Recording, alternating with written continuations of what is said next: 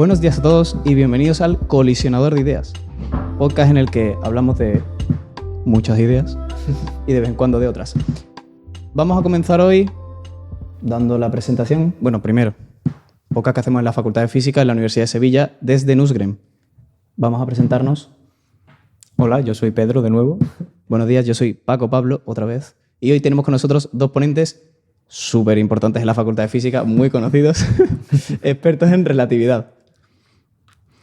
Bueno, hola, soy Alberto Pérez Izquierdo, soy conocido en la facultad porque soy profesor de electrodinámica, soy catedrático de electromagnetismo y no soy experto en relatividad, soy aficionado a la relatividad, no es ni mi tema de investigación ni mi tema especialmente de estudio ni de dar clases, sino, bueno, con el tiempo he ido leyendo muchas cosas y he ido aprendiendo lo que he podido. Entonces, bueno, no prometo que todo lo que diga sea cierto.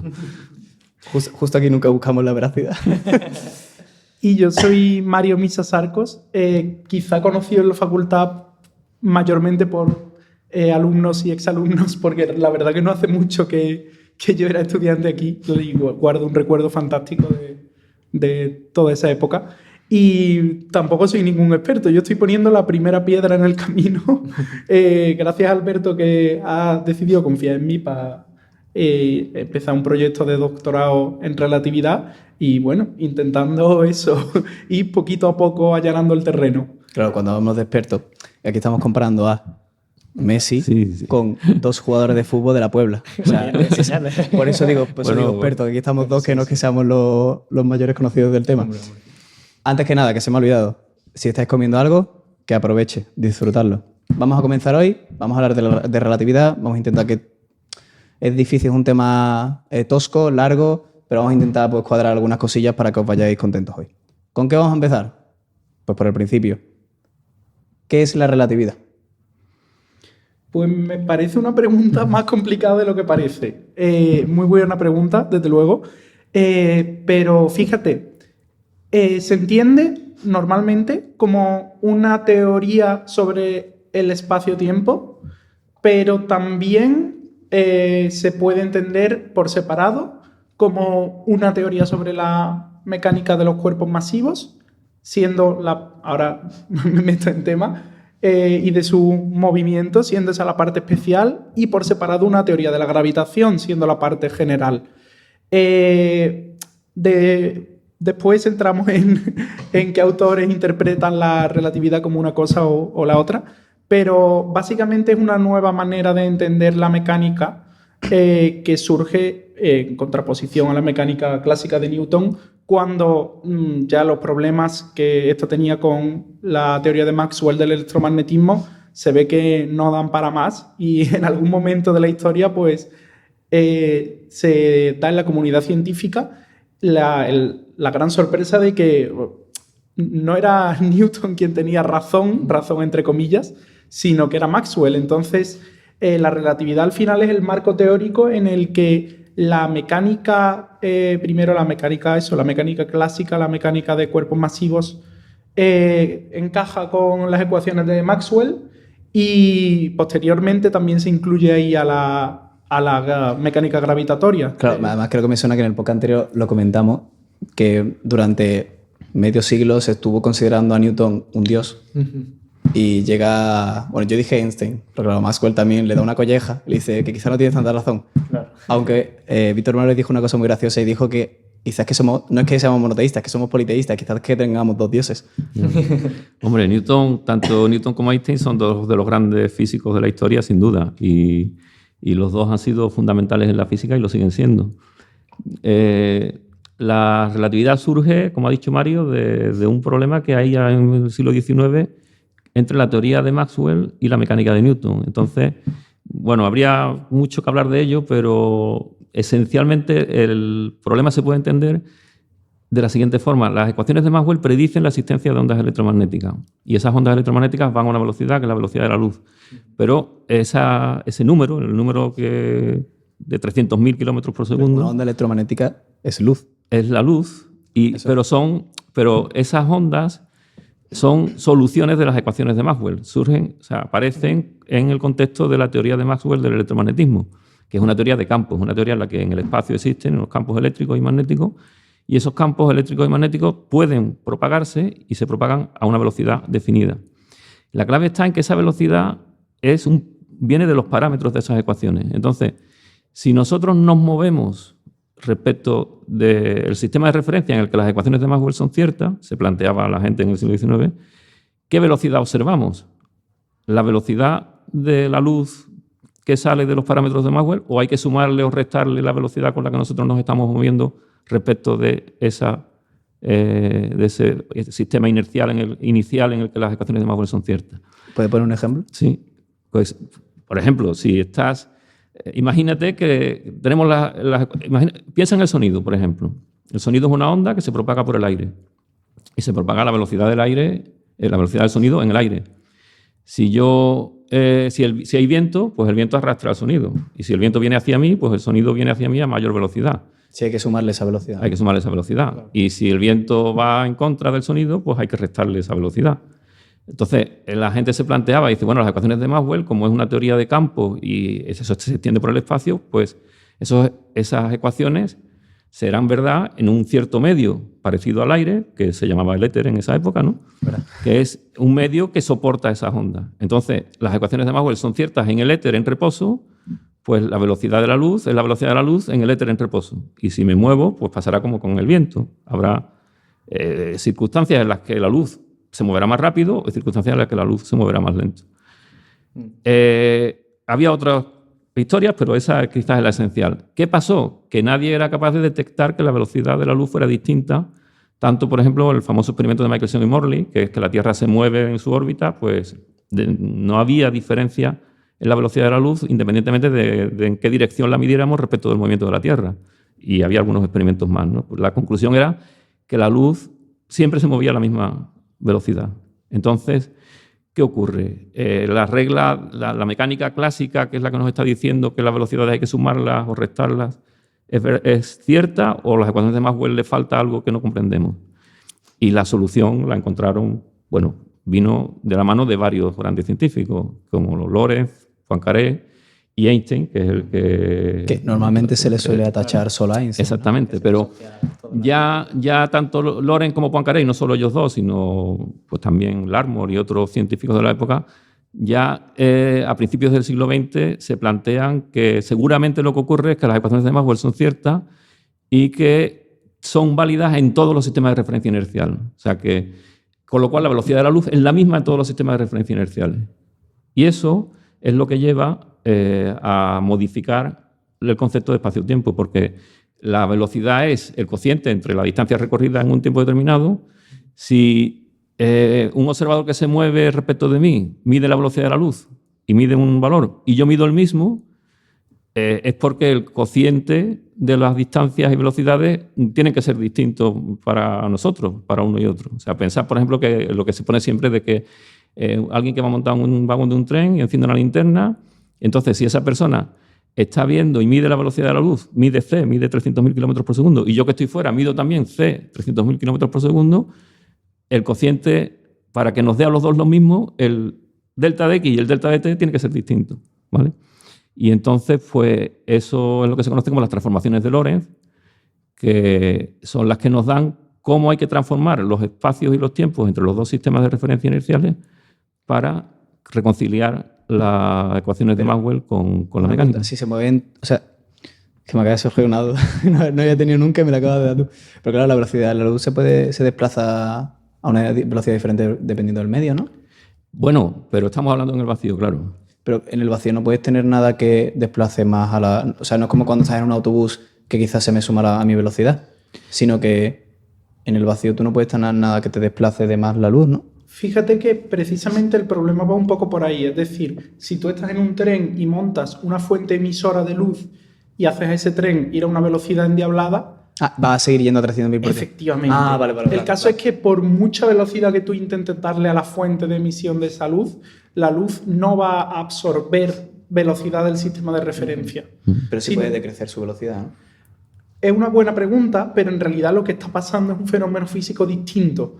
Es decir, no el fenómeno físico que ocurre en un medio material no es el hecho de que tú estés moviéndote en un sistema de referencia en una velocidad cercana a la de la luz. Me explico. Si yo voy en coche y tú vas justo al lado mía y tú vas a 10 kilómetros por hora más rápido que yo voy a ver cómo tú te alejas poco a poco. Pero si yo freno en seco el coche, veo cómo tú te alejas de manera súper rápida. Entonces uno podría pensar que cuando la luz se ralentiza en un medio, está pasando un poco esto, como que la luz está tomando un sistema de referencia cerca del que nosotros tenemos o con una velocidad relativa a nosotros menor. Pero ese no es el caso. En realidad, sin entrar tampoco mucho en materia de esto porque se puede discutir más adelante y tampoco quiero irme por las ramas, hay que pensar que los medios materiales en realidad son vacío formado por puntualmente condensaciones, conglomeraciones de energía de la cual surgen átomos, núcleos atómicos y etcétera. Entonces, en realidad la luz... O sea, lo que no es vacío, ¿no? Claro, pero el caso es que realmente cuando la luz, por ejemplo, se mueve por el famoso experimento de un vaso de agua para ver el índice de refracción del agua, en realidad lo que está ocurriendo es que la luz se mueve entre el vacío que hay entre los átomos de hidrógeno y oxígeno y puntualmente cuando choca con uno de estos átomos es absorbida y reemitida en la misma dirección. Este proceso de absorción y remisión toma un tiempo y introduce como un delay. Es por eso. Claro, entonces sí, realmente no es que la onda como tal se esté retrasando, sino que va como por cacho. Exacto, va realizando como paradas. Claro. Es como si tú a un corredor de atletismo le pones una serie de vallas y le obligas a chocarse con esas vallas. Claro, no es que su velocidad, velocidad disminuya, sino que, no existe. O un relevo, o imagínate un relevo, ¿no? Tú le tienes que dar el relevo en una carrera de relevos, pues el momento de intercambiarse el relevo pierdes tiempo. Claro, pero ¿es por efecto fotoeléctrico? No. Hay dos formas de entenderlo. Hay una forma clásica de medios continuos. Tú cuando tienes un cristal de un dieléctrico, puedes pensar que los átomos y moléculas que están dentro son como pequeños resortes. Dieléctrico aislante. Un dieléctrico es un material aislante, ¿no? En el cual no hay cargas libres de moverse, sino que lo que tiene son moléculas o átomos en los que están las cargas eléctricas positivas y negativas están unidas. Y se puede pensar que son como un resorte, ¿no? Entonces, cuando pasa una onda electromagnética por ese medio, lo que tienes es un campo eléctrico que oscila en el tiempo y ese campo eléctrico hace vibrar esas moléculas porque son resortes cargados con cargas positivas y negativas y entonces, al pasar el campo eléctrico, las empuja en una dirección y como es oscilante, pues las empuja en un movimiento de vaivén. Y esas cargas que hacen movimiento de vaivén rerradian la energía. Ellas, a su vez, las cargas en movimiento producen un campo eléctrico. Y ese campo eléctrico es el que conforma toda la onda que va a atravesar esa sustancia. Entonces, ese proceso de remisión se produce como un desfase y ese desfase es el que retrasa la onda. Bueno, esa es la forma de verlo clásicamente. Si nos vamos ya a la física cuántica, es lo que dice Mario, ¿no? Lo tendrías como un fotón que se absorbe y se remite. Entonces, en el proceso de absorción y remisión se introduce un desfase, ¿no? Un temporal. En ese desfase, ¿qué le pasa al fotón? ¿Desaparece? O sea, hay un momento en el que no existe. Se transforma en otro tipo de energía. Es decir, hay un momento en el que en realidad, siguiendo con lo que contaba Alberto, te lo puedes pensar como que has transformado la energía propia del fotón en energía potencial elástica, si lo imaginas como un oscilador al estilo de un muelle. Quizá me estoy liando, pero no puede ser cuando un fotón entra, que es eso, lo típico de que entra un fotón, un electrón se excita y por esa excitación se emite un fotón. ¿Es eso? La naturaleza del fenómeno es exactamente la misma. Es esa, ¿no? Es eso, sí. Pero lo que pasa es que, hombre, esa descripción pues, es muy compleja en realidad. Pero, claro. ¿Y cómo hace para salir? Pero la idea clave ahí está en que cuando nos decimos que la velocidad de la luz es distinta, estamos hablando de un medio continuo y si lo miramos en detalle, en realidad, claro, en el vacío estrictamente la luz va a la velocidad de la luz. Claro. Entonces, entre átomo y átomo, si fuéramos capaces de entenderlo, entre átomo y átomo de la red, va así, pero en realidad tampoco se explica así normalmente. Normalmente se explica pues, como un proceso de medio continuo en el cual tienes una onda radiada. Yo creo que la analogía que ha puesto Alberto con una carrera de relevos es muy buena, porque realmente el tiempo que se pierde pasando el relevo es poco, sobre todo comparado con la velocidad que suelen tener los atletas. Pero claro, poco a poco, si en la carrera, en lugar de tener un relevo cada 100 metros, tienes un relevo cada no sé cuántas... Cada 10 Armstrong. Exactamente. Pues entonces la velocidad se ve afectada. Claro. 10 Armstrong, 1 a la menos 10. Para que no sepa. 10 ceros a la izquierda, no a la derecha. No sé si seguí mucho con el tema porque... Eso te iba a decir. Vamos a pasar a... Bueno, primero que nos hemos explicado lo general, lo especial, que es una pregunta que a mí me han... No, yo lo que sí quería un poco por terminar con lo que hablábamos, es que la clave de ese asunto es el principio de relatividad. ¿Por qué se llama la teoría de la relatividad? Pues porque el principio, lo que se conoce como el principio de relatividad, es que las leyes de la física son las mismas para todos los sistemas de referencia inercial. Eso es el principio de relatividad. A eso, y tanto Lorentz como, bueno, sobre todo Einstein y Poincaré, en sus artículos que publican en 1905 Einstein y en 1906 Poincaré, hablan del principio de relatividad como que las leyes de la física son las mismas, no solo las leyes de la mecánica, sino las leyes de toda la física, y eso incluye las ecuaciones de Maxwell. Ese es un poco el matiz que se introduce, porque el principio de relatividad en el siglo XIX se aplicaba a la mecánica. Decía, bueno, las leyes de Newton son las mismas en todos los sistemas de referencia inercial. Y lo que dicen Einstein y Poincaré es que las leyes de Maxwell también son las mismas para todos los sistemas de referencia inercial. Claro, pero esa es una suposición sin ningún fundamento. No, es algo que empíricamente está soportado por las medidas de la velocidad de la luz en Michelson y Morley, por ejemplo, que te dicen que la luz no cambia su velocidad. Eso apoya el hecho de que todos los observadores ven la velocidad de la luz con la misma velocidad, con lo cual, en el fondo, todos están viendo las ecuaciones de Maxwell, porque la luz viene de ahí. Un poco más en el experimento, por si nos viene un conspiranoico y dice, no, eso no es verdad. ¿sabes? No, bueno, el experimento de Michelson y Morley es un interferómetro que se llama, que es hacer interferir la luz es una onda, ¿no? Pues esencialmente era mandar un haz de luz a través de un espejo, una lámina semitransparente que divide el haz de luz en dos. Uno recorre la distancia en una dirección, el otro la recorre en una dirección perpendicular, y se supone que si la Tierra se está moviendo y se mueve en el éter, pues la velocidad de la luz en una de las ramas será distinta de en la otra, y entonces eso se notará en el patrón de interferencia. Y no sucede, ¿no? Y no sucede. Claro.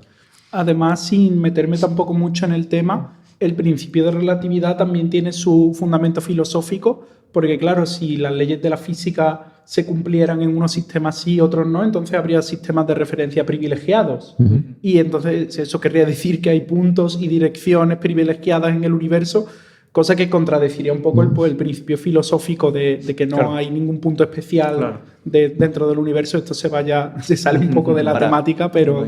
Para finalizar, bueno, y primero que vamos a decir lo de general especial, antes de que el punto. Sí. Bueno, especial es porque se refiere a los sistemas de referencia inerciales, simplemente. O sea, dentro del principio de relatividad, claro, primero está el principio de relatividad especial y el principio de relatividad general. No se le llama principio de relatividad general, pero sí se habla del principio de relatividad. El apelativo especial se refiere al sistema de referencia inerciales, ¿vale? En el caso de la relatividad general, se lo dejo a Mario que lo explique. Mira, te ha quitado el marrón. El caso de la relatividad general, para eso debemos tener en cuenta que Einstein, entre otros muchos, por supuesto, considera que efectivamente una vez que tiene resuelto el problema con los sistemas de referencia inerciales, entonces comienza a plantearse la pregunta de, bueno, ¿y entonces qué pasa con los sistemas de referencia no inerciales?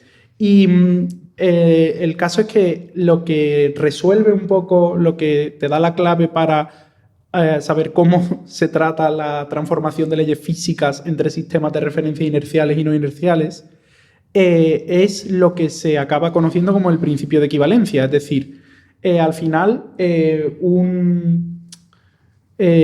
por resumirlo de forma muy breve, lo que...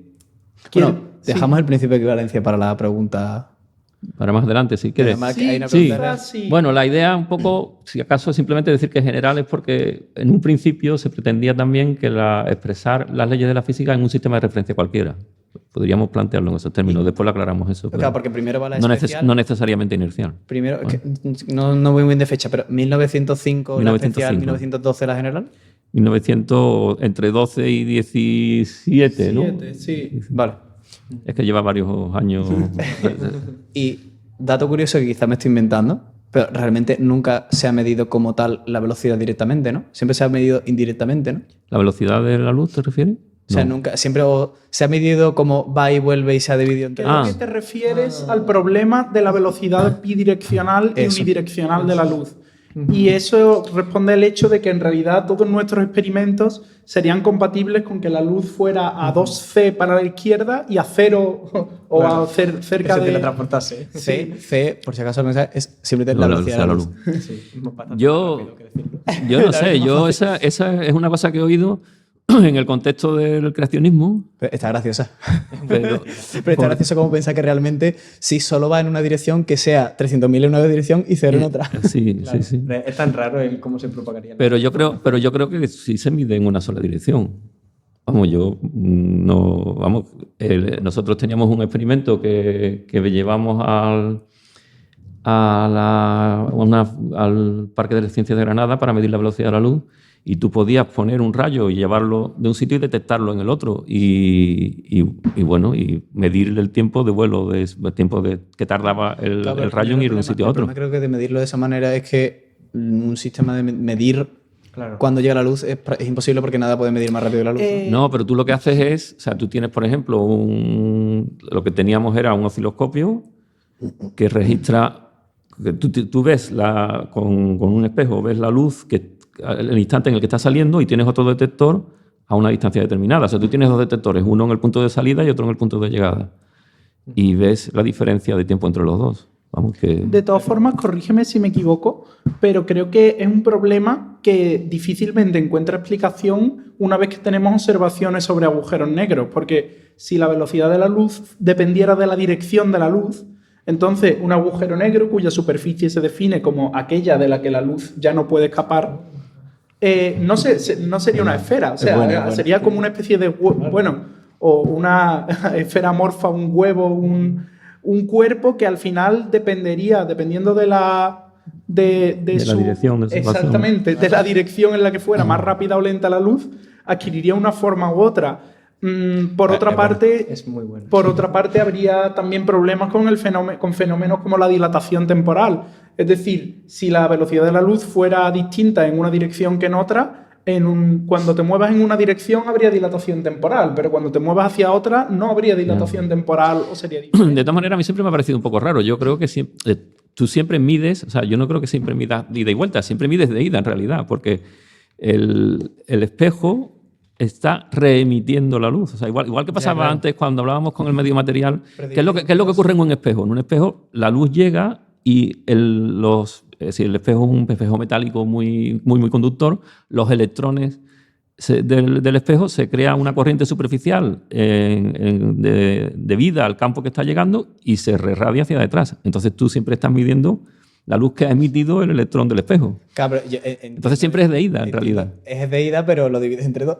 Entonces acaba siendo... Bueno, vamos con la siguiente pregunta, que vamos muy tarde. Venga. Ok, vamos con la siguiente pregunta, un poquito más filosófica. Si el tiempo y el espacio dependen del observador, entonces, ¿la realidad es subjetiva? Aquí creo que voy a dejar que Alberto... Vale. Y otra que se quita el marrón. A mí, yo creo que hay una palabra que es muy traicionera en la física, no solo en la relatividad, sino en la mecánica cuántica también. Es la palabra observador. Las cosas, la relatividad se basa en la relatividad especial. El punto fundamental son las transformaciones de Lorentz, que son las que nos... ¿Las transformaciones de Lorentz? De Lorentz. Que son las que nos dicen cómo se relacionan las medidas de las coordenadas espaciales y temporales en un sistema de referencia con las coordenadas temporales y espaciales de otro sistema de referencia que se mueve respecto de él. Entonces, es las que nos llevan pues, de X, Y, Z y T en el tren, por ejemplo, al X, Y, Z y T del andén. Entonces, cuando se dice observador, se crea un poco la sensación de que hace falta una persona, de que hace falta un observador consciente. Y eso no es cierto. Esa relación entre las variables en el tren y las variables en el andén, haya una persona en el andén o no, o haya un observador o no. Entonces, por ejemplo, hay un experimento muy famoso que es para la dilatación del tiempo. En los años 50 o 60 del siglo pasado se montaron en un avión comercial se montaron unos relojes atómicos. Ese avión dio la vuelta al mundo. Perdona, un reloj atómico. El tiempo entre espacios de... Bueno, se le llama reloj atómico porque es muy preciso, porque se basa los pulsos con los que cuentas para contar el tiempo son pulsos de oscilaciones atómicas. Entonces, de oscilaciones atómicas. Entonces es muy preciso, o sea, son tremendamente precisos. Entonces, eso permitió comprobar que efectivamente cuando ese avión daba la vuelta entera al mundo y volvía al punto de partida, el reloj del avión marcaba tiempo menor que el reloj que se había quedado en tierra. Entonces, ahí no hay ahí había dos o tres personas montadas en el avión, pero que podían no haber ido montadas. Claro. Objetivamente, el reloj que había viajado registraba un tiempo menor que el reloj que no había viajado. Eso es objetivo. Entonces, yo creo que es más adecuado hablar de sistemas de referencia, ¿vale? Cuando hablamos de observador, pues está esa tentación de identificarlo con un observador consciente. En mecánica cuántica hay también ese mismo problema. Respecto a lo que has dicho del tiempo, es que hemos metido esa idea y al final no hemos dicho cómo funciona eso. Yo tengo un ejemplo buenísimo, si queréis lo explico después, vais vosotros primero, pero ¿tenéis alguna forma de explicar por qué el tiempo va más lento según...?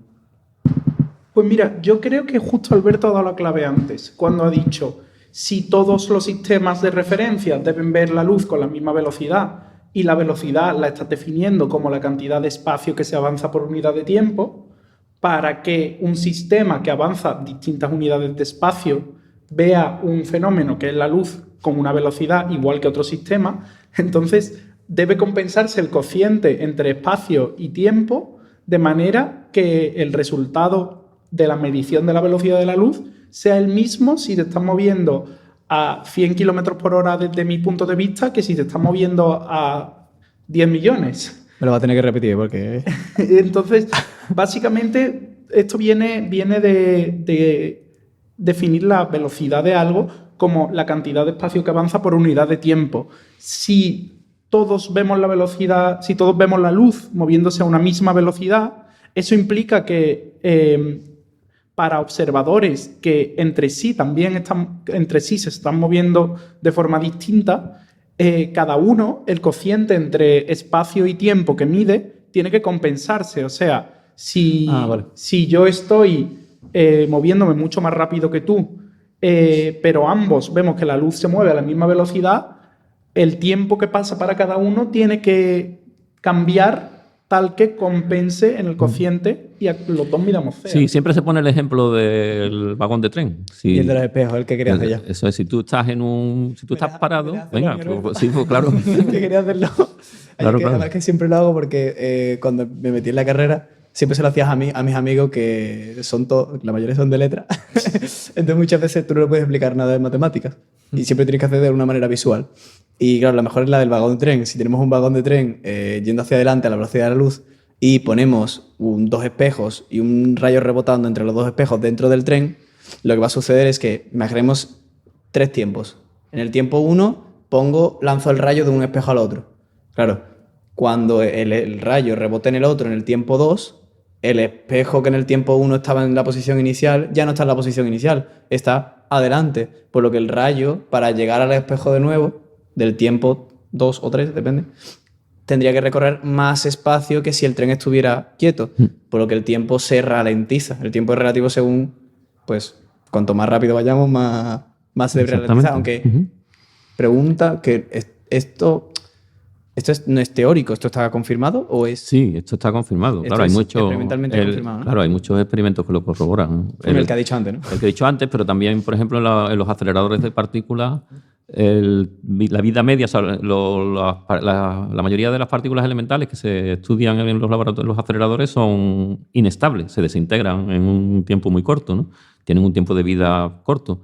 Entonces, ese tiempo de vida depende de la velocidad que llevan y eso se observa en el acelerador, ¿no? Fuerte. Y volviendo al tema de la subjetividad, entre comillas, de la realidad, Yo creo que lo he estado hablando antes con Alberto y la verdad que la descripción que él ha dado me parece súper adecuada. Creo que una forma interesante de verlo es igual que cuando tú estás trabajando con geometría básica y calculas el módulo de un vector y después haces una rotación de tus coordenadas. La rotación de las coordenadas deja invariante el módulo del vector, a pesar de que las componentes del vector cambien. Con la relatividad pasa igual. Al final, que un sistema de referencia, no voy a usar la palabra observador, esté desplazándose con respecto a otro, realmente lo que está haciendo es rotar sus coordenadas espaciotemporales. Lo que pasa es que está rotando con un sistema de coordenadas de 4 dimensiones. El espacio de Minkowski, ¿no? Sí. Eso sí, efectivamente, de Minkowski también. Si os pido definir sistema de referencia... Uy, no tan uy, ¿no? Bueno, es un sistema de coordenadas y un reloj. Bueno, es mejor pensar con un reloj en cada punto del espacio, pero... Sí. Un reloj, ¿no? En mates, que como yo he hecho mis pinitos con las mates, o por lo menos el intento, allí lo definen como una n-upla, es decir, un conjunto de n elementos, siendo n la dimensión del espacio en el que estamos trabajando. Creo que no ha sido la mejor opción de esa manera. En fin, allí lo definen como, si nuestro espacio-tiempo tiene 4 dimensiones, pues lo definen como 4 vectores perpendiculares entre sí en un punto. Es decir, si en el punto A encuentro 4 vectores perpendiculares, esos 4 vectores me definen un sistema de referencia. Vale. Al final, la conclusión a todo esto es que más que haya una realidad diferente para cada sistema de referencia, la idea de que haya... Es que igual es el problema. No hay un tiempo total universal que pasa por el universo, ni hay... ¿cómo decirlo? Pues... Bueno, toda esa idea de la mecánica clásica que nos hace pensar que todo es universal y que esta idea de sistemas de referencia diferentes son realidades diferentes, simplemente es una realidad mucho más complicada. Bueno, lo que decía Minkowski, que eso se ha perdido en los libros de texto actuales, es que él tenía una cosa que le llamaba el postulado del mundo absoluto, por contraposición al principio de relatividad. Y el postulado del mundo absoluto es decir, él pensaba, dice, bueno, el espacio-tiempo, cuando vemos las cosas en el espacio-tiempo, es el mismo para todos. Hay un solo espacio-tiempo. Si hay un suceso en ese espacio-tiempo, por ejemplo, suena la campana de la Giralda, eso, todos los sistemas de observación, todos los sistemas van a ver que hay una campana que suena en la Giralda. Eso lo ve todo el mundo. Lo que ocurre es que cada sistema de referencia inercial asigna unas coordenadas espaciales y temporales distintas a ese suceso. Claro, entonces, es como el ejemplo de tú tienes un plano y en el plano tienes un punto y a ese punto tú le puedes asignar unas coordenadas X, Y determinadas o otras cuando lo rotas. Hay una idea que me gusta a mí pensar, que es de Stephen Hawking, pero bueno, la idea de tiempo imaginario de Stephen Hawking, que simplemente, esta idea revolucionaria de decir todo el mundo se equivoca, yo tengo la razón, de decir, ¿y si realmente el tiempo que estamos midiendo no es el real? A mí eso me medio raya. Y vi hace poco un vídeo, hace medio año, un vídeo de, no sé si conocías a Javier Santolaya. Sí. Pues hizo un vídeo relacionando el tiempo imaginario de Hawking con un libro de Agustín de Hipona. No hace mucho, perdón porque te interrumpa, de hecho, Javier recomendó en sus redes sociales la teoría del caos de Alberto. ¿Ah, sí? No lo sabía. Sí, y dijo que, lo comentó como una lectura excelente. Pues mira, ya sabemos qué hacer. ¿Puedes pronunciar tu libro aquí, Alberto? No, yo la verdad que no tengo ninguna familiaridad con esa idea, así que si quieres contar algo al respecto, a mí completamente... Sí, lo que decía Stephen Hawking pues es eso, que simplemente ves que cuando tú aplicas las ecuaciones, antes del Big Bang te daban tiempos negativos. Uh-huh. Claro, y eso es un problema. Porque claro, tiempos negativos no se lleva al infinito, ¿no? Y cuando las cosas se nos van al infinito o son cero, mal, no nos gusta. ¿Qué hace él? Pues no sé específicamente, pero creo que lo que hacía era cambiar un término y le ponía como la menor raíz del tiempo, ¿no? Y como inventando una cosa que él llamó tiempo imaginario. Como diciendo, no es que no haya tiempo antes del Big Bang, sino que era algo que no conocíamos. Entonces, Agustín de Hipona decía algo parecido. Claro, Agustín de Hipona, no voy a decir el año porque voy a quedar muy mal, pero hace mucho tiempo. hace más de dos milenios, o perdón, un milenio, 1800, ¿no? No, esos son siglos. Claro, No, pero fue hace bastante, ¿no? Sí, pero después de Cristo, ¿no? Después de Cristo. Ya si digo 2 milenios atrás es después de Cristo. Es el 25. Ya, no, pero mucho más. Pero bueno, no tan después de Cristo, porque ahí, Es que no era tan según la Biblia, y Cristo aún vivía. Luego, eso sería No, más pero- bien el año 25 durante Cristo. Claro, no era 500 años después o algo así. Que he hecho 2 milenios. Por ahí, yo no, vamos, no me, pero me suena que 400 y algo, pero vamos, no pongo la mano en el fuego. Claro, pues tiene un libro que se llama Confesiones, que os lo recomiendo. Es un libro en el que se expresa con todo tipo de... ¿Cómo se dice? Con todo tipo de detalles, su vida personal, lo que pensaba y sus problemas, su fe hacia Dios y todas estas cosas. Y en ese mismo libro pues habla de temas físicos como puede ser el tiempo. Y decía eso. No voy a decir la frase exactamente, pero decía algo parecido a lo que decía Stephen Hawking, que era que ¿qué hay antes del tiempo si no ha sido creado? Pero claro, si Dios estaba antes del tiempo, simplemente no es que no haya nada, sino que no lo conocemos porque está ahí Dios. Pues lo mismo con el tiempo imaginario. Quizá no es que la realidad sea subjetiva, sino que simplemente no conocemos el tiempo como es realmente. Yo, si os parece, eso lo podemos volver a hablar después, porque... Bueno, pero tenemos un 20.000 cosas que hablar. Sí, porque tiene que ver con otro tema que... ¿Cuál de ellos? Pues tiene que ver con el problema del límite de la teoría general de la relatividad. Vale. Pues, ¿nos saltamos el punto 3 y vamos al 4 directamente? Bueno, simplemente si quieres... O comentar el principio de equivalencia, ¿verdad? Si Venga. quieres, eso. Claro, sí. Comento lo que... Bueno, la pregunta 3 era simplemente si la gravedad es lo mismo que escoger un sistema de referencia no inercial. Mira, si te parece, por resumirlo de forma muy breve, el principio de equivalencia lo que enuncia es el hecho de que un sistema en caída libre bajo la acción de un campo gravitatorio, es decir, por ponerlo, empezando desde el principio, si tuviéramos un cuerpo bajo la acción de un campo gravitatorio, cualquiera pensaría que ese sistema es no inercial, ya que está acelerado. Es decir, hay una fuerza externa que está cambiando la forma en la que eso se mueve. Esa es la idea de Newton. Efectivamente. Newton diría de la fuerza. Lo que cuenta el principio de equivalencia es el hecho de que en realidad, siempre y cuando ese sistema esté en caída libre, es decir, que no haya ninguna otra fuerza que se oponga al movimiento que le dicta la gravedad, ese sistema, aunque pueda no parecerlo porque está acelerado, es inercial. Por lo tanto, surge una nueva manera de entender lo que es un sistema no inercial. Y pasa... ¿Eso qué significa? Porque hemos dicho la palabra no inencial, inercial varias veces y yo quizá a veces me estoy liando un poco. Rápidamente, un sistema inercial es aquel que se experimenta un movimiento a velocidad constante. Mantiene su inercia. Mientras que uno no inercial es el que está acelerado y por la ley de Newton, la segunda ley de Newton, se puede asociar una fuerza a esa aceleración. Claro. Entonces, el principio de equivalencia dice que un objeto en caída libre es lo mismo que un objeto en reposo. Que es un sistema de referencia inercial. El caso es... Sí, lo mismo es. Es lo mismo. No, bueno, podría ser inercial, o sea, en movimiento constante. Creo que el ejemplo bueno es el de las cajas, ¿no? Que si te encuentras dentro de una caja en el vacío y realmente no podrías saber si estás cayendo, estás quieto o estás tan... Sí, la clave está en que en ese sistema se cumplen las leyes de la relatividad especial.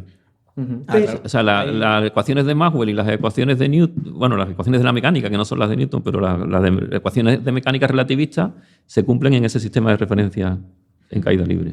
Pero que hay un matiz muy importante que lo estuve comentando con un amigo mío, se llama Miguel Gallego, estudió aquí y ahora acaba de terminar el examen de radiofísico, aprovecho para felicitarle. Felicidades porque ha sacado plaza.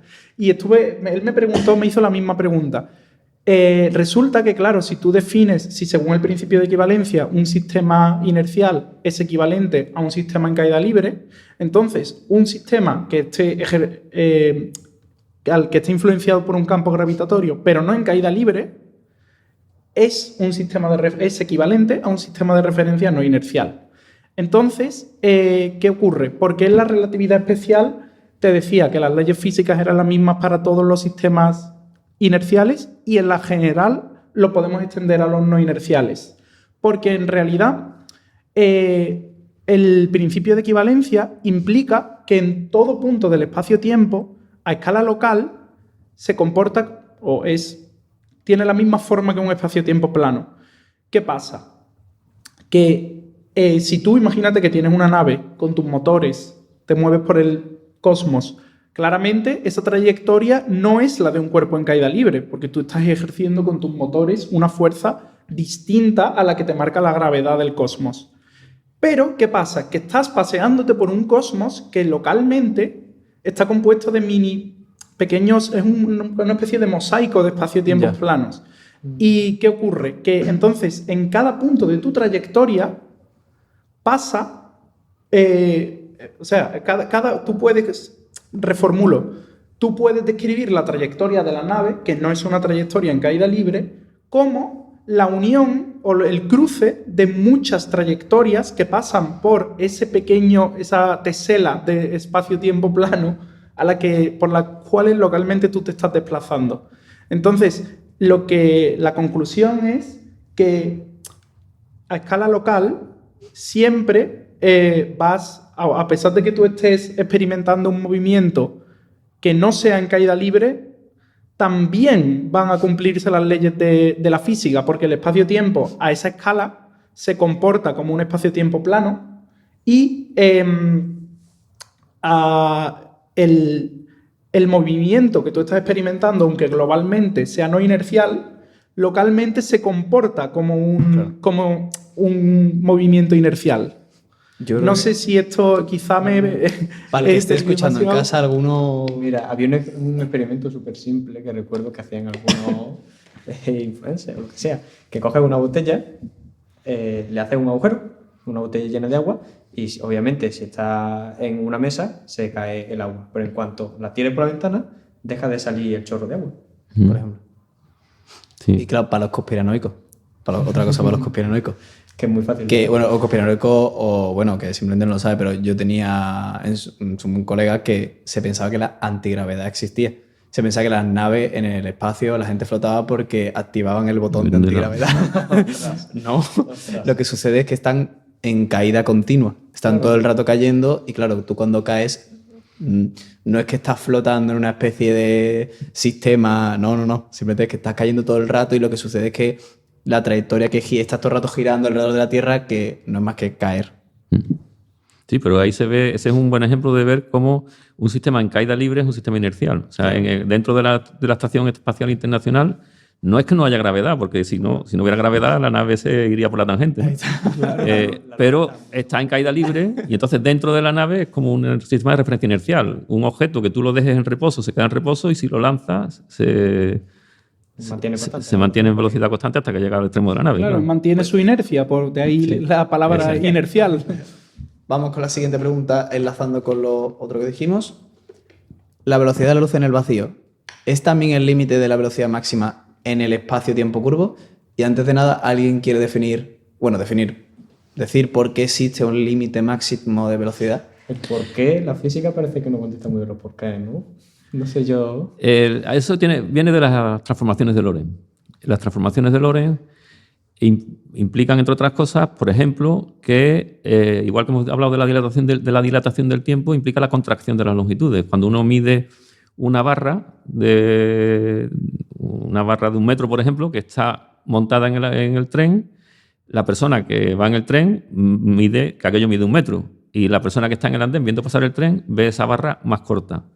Entonces, las transformaciones de Lorentz tienen un factor, que es el famoso factor gamma, que va como 1 partido por la raíz cuadrada de 1 menos v cuadrado c al cuadrado. Entonces, ese factor hace que cuanto más me acerco a la velocidad de la luz, el tren se acerca a su velocidad, más a la velocidad de la luz, más corta y más corta es la barra. Y cuando la velocidad es la de la luz, se vuelve cero. La barra. Entonces, realmente ese límite es inalcanzable, porque la barra no va a desaparecer, ¿no? Eso aparece, ese factor gamma aparece en la contracción de las longitudes, aparece en la dilatación del tiempo y aparece también en la energía de un objeto. La energía de un objeto tiene un factor, 1 partido por la raíz de 1 menos v al cuadrado c al cuadrado. Entonces, cuando tú vas acelerando el objeto, pues cada vez va adquiriendo más energía, pero cada vez te cuesta más darle más energía porque diverge. La energía diverge cuando la velocidad de la luz cuando la velocidad del objeto tiende a la de la luz. Entonces ese es el límite natural, ¿no? Pero es una idea muy extraña, ¿no? Lo de que el universo tenga un límite de velocidad. Igual porque estamos muy acostumbrados a este mundo tan mecánicamente clásico. Pero es muy antiintuitivo que el universo necesite o imponga un límite. Como no hay... ¿Por qué no podría haber una velocidad infinita? A ver si hay reglas y límites, ¿no? Eso responde al hecho de que en realidad nosotros lo que entendemos o lo que entra dentro del marco de la teoría de la relatividad son espacio-tiempos en los que cualquier ente se está desplazando en el espacio-tiempo, es decir, experimenta un avance de 4 dimensiones equivalente. O sea, si yo me quedo quieto en mi silla, estoy avanzando solo en el tiempo. Mientras que si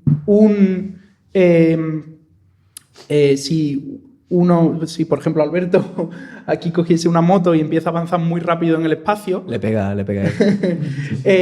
su avance en el tiempo empezaría a ser, con respecto a mí, algo más lento para que al final los dos avancemos la misma cantidad de espacio-tiempo.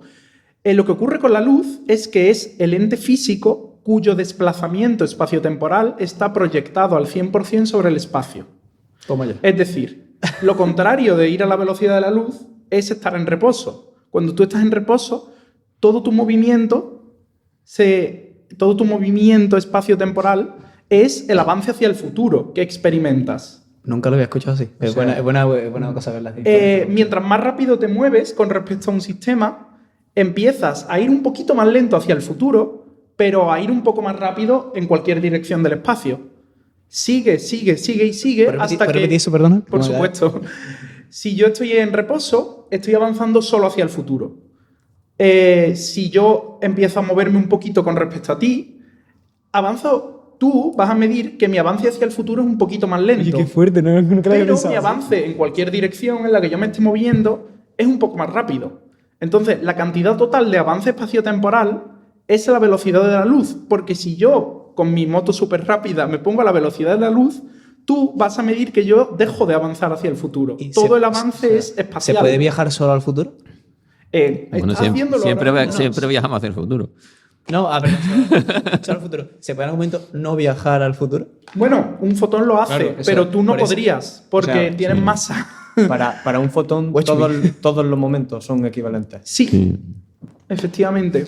Claro, el tiempo, la dilatación del tiempo igual tiene ese factor 1 menos v al cuadrado c al cuadrado, y entonces cuando v tiende a c, pues ese factor tiende a 0 y el tiempo propio que se llama del fotón pues tiende a 0. Claro, la vida de un fotón es... Pero yo creo que ahí hay algo profundo que tiene que ver con las transformaciones generales del espacio-tiempo. O sea, de eso también habla Minkowski.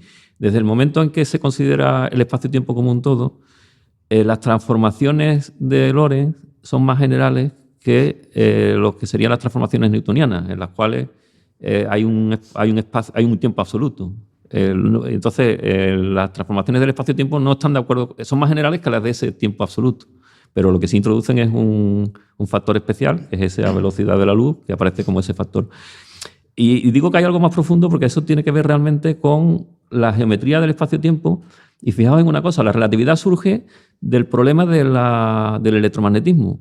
Pero en realidad, esa velocidad de la luz es la velocidad típica del universo. Entonces, de tal forma que la gravedad también se transmite a la velocidad de la luz. Y cualquier otra interacción que exista se transmite a esa velocidad de la luz. Está respondiendo a la quinta pregunta. No es la velocidad de la luz, sino es la velocidad de las interacciones del universo. Nos quedan 5 minutos. Sí, pero vamos a ir a la última pregunta. Si quieres decir algo último. Sí, es que me parece muy importante porque Alberto lo ha dicho de una forma espléndida. Es decir, es la velocidad característica del universo. Ahora, cualquier otro universo que imaginemos que sea compatible con las ecuaciones de Einstein también tendrá esa misma velocidad característica. Para imaginar un universo donde se puede ir más rápido, tendría que quedar fuera de las ecuaciones de Einstein. Simplemente puntualizar eso porque me parecía que Alberto ha hecho un apunte fantástico. Ok. Quinta y última pregunta. ¿Puede la luz curvar el... Bueno, también te digo, estamos haciendo las preguntas y no sé si hemos respondido alguna. Bueno. Al menos entonces creo que está quedando bastante bien. Claro, importante. ¿Puede la luz curvar el espacio? Pero en el espacio-tiempo, es decir, genera gravedad. Bueno, antes de nada, hemos hablado varias veces de espacio-tiempo, pero no hemos definido espacio-tiempo como tal, porque creo que es importante recalcarlo. Si alguien quiere decir primero qué es espacio-tiempo y después si la luz puede curvar. Vamos directamente a la pregunta, porque Vale, si no volvemos...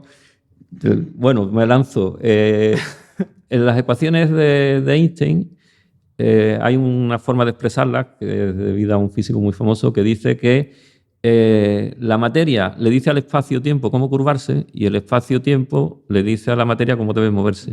Entonces, en las ecuaciones de Einstein, pues es una igualdad en el que a la izquierda aparece la curvatura del espacio-tiempo, expresada de una forma compleja, porque matemáticamente es complejo, y a la derecha aparece el contenido de materia del universo, ¿no? Entonces, en ese contenido lo que aparece lo que se llama el tensor momento-energía, y ahí entran todas las formas de energía. Todas. Es decir, No solo la masa. no solo lo que es materia ordinaria, sino también la luz. Entonces, la luz contribuye como al tensor momento-energía, como todos los campos electromagnéticos, y entonces contribuye a la curvatura del espacio. Yo aquí me pierdo un poco. Si puedes hacer un ejemplo para Tú imagínate, por ejemplo, una de las cosas que yo le suelo decir, porque lo dice Griffith, no porque lo diga yo, lo dice el libro que sigo, es que una patata caliente pesa más que una patata fría. Porque todas las formas de energía contribuyen a la masa de la patata. Entonces, si la patata está caliente, pues hay agitación térmica, y entonces esa agitación térmica es energía cinética de las moléculas que componen la patata, aumentan la masa de la patata. De hecho, con la ecuación de Einstein de E igual a mc al cuadrado. Eso significa que es una equivalencia. Significa que todas las formas de energía que existen en la patata contribuyen a su masa. O otro ejemplo que te podría poner, imagínate una caja cerrada, pero que dentro lo que hay es unos espejos perfectos, y ahora tienes un fotón dentro, pues esa caja pesa más que si no tienes el fotón dentro. Entonces, como la equivalencia de la masa gravitatoria y la masa inercial, esa masa contribuye a la curvatura del espacio porque contribuye al tensor momento-energía. Claro, de hecho, calienta la patata lo suficiente y se convierte en un agujero negro. Sí. Pero claro, no curva el espacio-tiempo por sí, por el fotón, sino por la consecuencia del fotón, ¿no?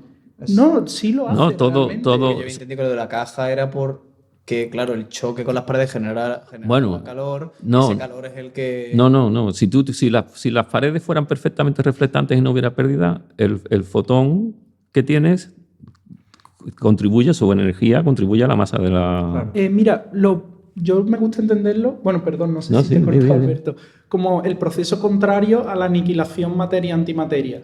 En ese proceso, una partícula con su antipartícula se aniquilan liberando energía, se suele llamar energía pura, pero en realidad liberan fotones que a los humanos nos parece intuitivamente una forma de energía más pura que la materia, pero en realidad son exactamente lo mismo, es decir, esos fotones que han salido del choque partícula-antipartícula curvan el espacio-tiempo de la misma manera, exactamente igual que lo hacía el par partícula-antipartícula. Y eso ya se empieza a parecer un poco a la materia que nosotros pensamos. Si tuviéramos un planeta y un antiplaneta, el campo gravitatorio que crearían, que si tienen la misma masa sería el mismo, si chocan y se aniquilan convirtiéndose en una pura masa de fotones, esos fotones por sí mismos generarían el mismo campo gravitatorio que el planeta. ¿En serio? Sí. Claro, entonces un haz de fotones lo suficientemente energético podría también desviar otros fotones. Vale, y a eso viene, por eso te decía antes que lo del tiempo de Hawking que tú hablabas, lo contestaba mejor ahora. El límite, ¿cuál es el límite? Sí, y lo explico muy rápido. ¿Cuál es el límite de la teoría de la relatividad general? Por lo menos un límite, habrá quizás otros, ¿no? Es el siguiente: un fotón crea campo gravitatorio. Ese campo gravitatorio es más intenso cuanto más masa, cuanto más energía, no masa, cuanto más energía tenga ese fotón. Esa energía, según la ley de Planck, es h por nu, luego es inversamente proporcional a la longitud de onda del fotón, o sea, es 1 partido por lambda. Si yo quiero explorar zonas cada vez más pequeñas del universo, necesito longitudes de onda cada vez más pequeñas para poder ver, entre comillas, zonas cada vez más pequeñas. Pero al ser zonas cada vez más pequeñas, la longitud de onda es cada vez más pequeña y la energía de ese fotón es cada vez más grande, y llega un punto en que deforma el espacio-tiempo a su alrededor en órdenes de magnitud de la propia longitud de onda. Ese es el límite por debajo del cual ya no tiene sentido hablar de espacio. ¿Cómo? O sea, Y esa es la longitud más pequeña que tiene sentido definir con las teorías que tenemos actualmente. Esa es la longitud de Planck. la longitud de Planck, ¿no? ¿Vale? O sea, la longitud de Planck viene del hecho de que si tú quieres explorar distancias cada vez más pequeñas, necesitas fotones cada vez más energéticos, y cuando la deformación que induce ese fotón en la curvatura del espacio-tiempo es del orden de su propia longitud de onda, pues ya no tienes, ese fotón ya no te sirve para ver nada porque le está deformando lo que quieres ver, ¿no? Ahí viene el problema cuántica relatividad, ¿no? Claro. Sí, Y eso, y el tiempo del que tú hablabas, del que hablaba Hawking, es el tiempo de Planck, que es esa longitud de onda dividido por la velocidad de la luz, te da un tiempo. Ese es el tiempo más pequeño también que tiene sentido de definir dentro del marco de la teoría general de la relatividad. Pero eso realmente no significa que no pueda existir algo tan pequeño, ¿no? Simplemente que no podemos detectarlo. Simplemente que nuestra teoría ya nos falla, ¿no? Claro, que no te dan las ecuaciones y ya está. Claro, pues ya... No, entiendo. Bueno, tú querías decir algo, ¿verdad, Mari? No, pero realmente creo que Alberto lo ha cubierto, ha terminado de cubrir completamente. Bueno, pero pues, muchas gracias. Lo dejamos aquí. Sí, pues muy bien. Pues Y bueno, Alberto, se me ha hecho más corto de lo que yo me pensaba. Siempre. si quieres, normalmente las personas que vienen dicen una última frase. La que has dicho antes del tiempo curva no sé cuánto hubiera quedado bien para finalizar, pero si tienes una frase, algo que quieres decir antes para acabar y tu Mar igual, si quieres decir algo antes de acabar, justo, esa va a ser. Si que tú dices una y Mario dice otra, eso va a ser como se hacía el podcast. En cuanto digas eso, se acaba el podcast. Bueno, muy bien, pues yo simplemente recordar una cosa que me gusta decir, es que la ciencia es una tarea colectiva y la relatividad, la teoría de la relatividad no es una excepción a ese hecho. Yo la verdad que debo reconocer que me has pillado un poco desprevenido y tendría que pararme un rato a pensar en qué decir. Pero sí que hay una cosa interesante que, aunque no se puede resumir en una frase, para los oyentes que estén más metidos en el tema de la relatividad les puede resultar interesante, y es el hecho de que siempre, yo por lo menos hasta hoy mismo, siempre entendía que la gravedad era una manifestación de una característica del espacio-tiempo. Eso solo es una interpretación. Y no lo sabía hasta hoy mismo. Así que lanzo esa moneda al aire para quien quiera recogerla y quien le interesa ahondar en el tema. Pues muchas gracias. Espero que haya sido de su agrado y nos vemos en otra. Muy bien. Adiós. Adiós. Luego.